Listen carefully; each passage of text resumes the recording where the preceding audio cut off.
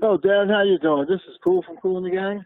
Hey, cool. First thing I want to ask you about is the fact that Kool and the Gang, really the roots of the band go back to the mid 60s, and not everybody realizes that. So I'm wondering when you knew that this was a career, that this was a band that was going to be lasting and not just a fun thing with some friends playing. Well, we started back in 1964, and there have been several name changes. There has been, it started off as the Jazzy Acts, and then the Soul Town Band, and then they changed the name to Kool and the Flames, and then Kool and Gang, which was in 1968, and our first record came out in 1969.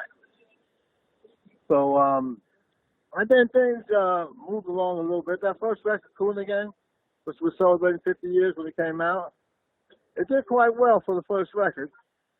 And as we moved through the 70s, we started to, to develop, what we were going to be about. And with the Soul Town Band, we used to back up a lot of local talent in New Jersey. And we have to learn a lot of songs from Motown because it was called Soul Town. So they were trying to be like Motown.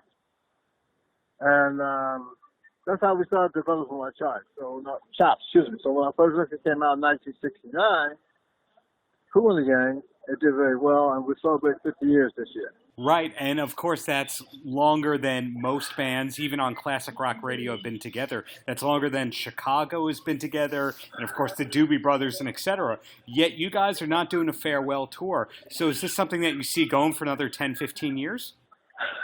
Well, we hope so. I mean, I'll be 70 next year.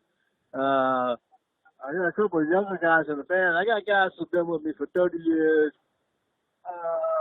15 years, 35 years. But the original members, we all been together for over 50 years. That's my brother, Ronald Cully Spell, George Brown, and Dennis D.T. Thomas. But we've all been together since 64.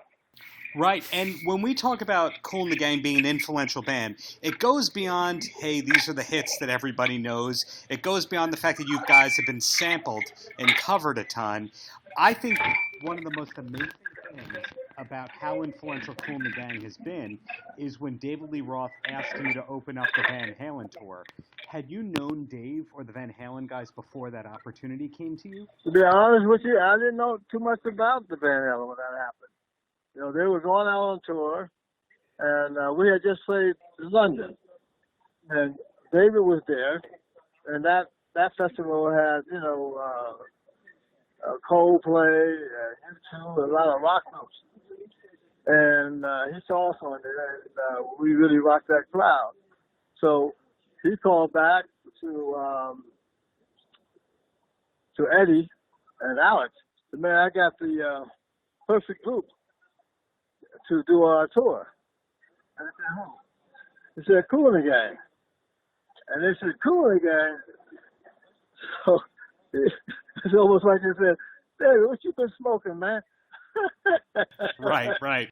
He said, man, I just saw these guys rock, this rock crowd, and he said they would be the perfect opening. He said, not even opening. They're gonna be sharing the bill with us. He said, like it was when Tina Turner went out with the Stones. So he told me, he said, most of my audience is 50% ladies, and you guys wrote Ladies Night. He said we had the big record jump in the '80s. You guys had Celebration, Ladies Night. He said, why not? Let's go out and do a party. And the rest is history. We did 48 shows with them. Well, yeah, that goes without saying that it got a lot of people talking about Kool and the Gang who weren't talking about it. But with your career, the hits continued into the 80s, the top 40 hits and all that. And I'm wondering if you remember the first time your band was sampled? Oh, wow, there's so many. First one, I guess, there was, of course, Will Smith, he had a big one with Celebration. But there was, what was it? A few other the acts back there, hip hop acts. Even a tribe called Quest and those other guys, the guy to wear a clock around his neck, you know. Flavor Flav did it, and DJ Yeah, Kool and yeah, Kylie yeah. Minogue. Yeah, a lot of those guys sampled our music back then.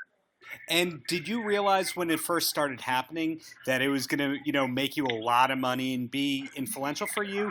Or did it just come out of nowhere and you went, yep, that's fine, use the music? Well, we didn't know in the beginning. It was kind of like use the music.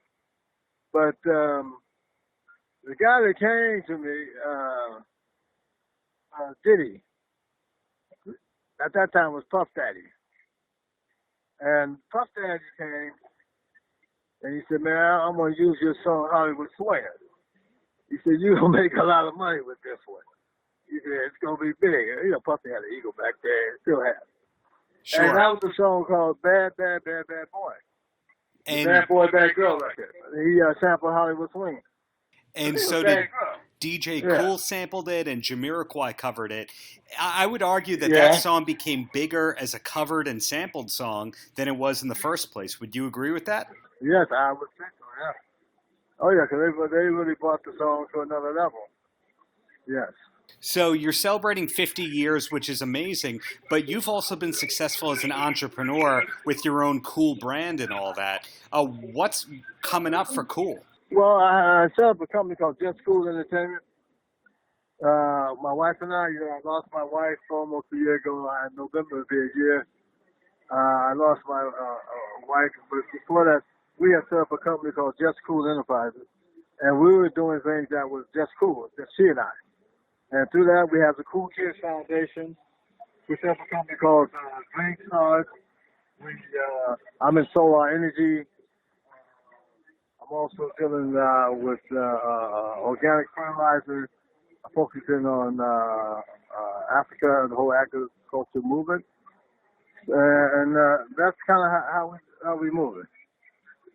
And but Kool The Gang is still very popular. I mean, I still doing over 100 shows a year. But my wife was sick before she passed. I didn't go on the road for a whole year. That's the first time ever in the whole 50 years that I was not on the road. And I wasn't going on the road because my wife got cancer, and we were praying and hoping that she would pull through. But it sounds like you keep busy no matter what you have going on. So that's pretty incredible. Are you the kind of person that does a lot of to-do lists and calendar management, or do most things just come to you and you take it as it comes? Yeah, I mean, things come, and projects that she and I were doing together. And I'm an entrepreneur sort of a guy, that wants to really stretch out. And this is the best time for me to do that. Absolutely. And is there an accomplishment as an entrepreneur that you're most proud of? Well, I'm just starting. I'm very happy about how the campaign is going. We're officially coming out next month with the Kool champagne. Our cologne deal, I just came from Geneva, and we have been working on that deal for a while. That deal is closed now, and it's called Just Kool cologne. All that will be coming out. Angela has, the PR on that. And next year, it's 2020, so we have a lot of different concepts. We're looking at doing our documentary. The working title I have in my head is Hollywood Swinger, #1 with a bullet. Now, I'll explain that to you at a later time. It'll be in the book, in the movie. And then we're working on a Kool The Gang story. We're actually a musical in Vegas called Celebration. Now, those are the things that's going on with Kool The Gang.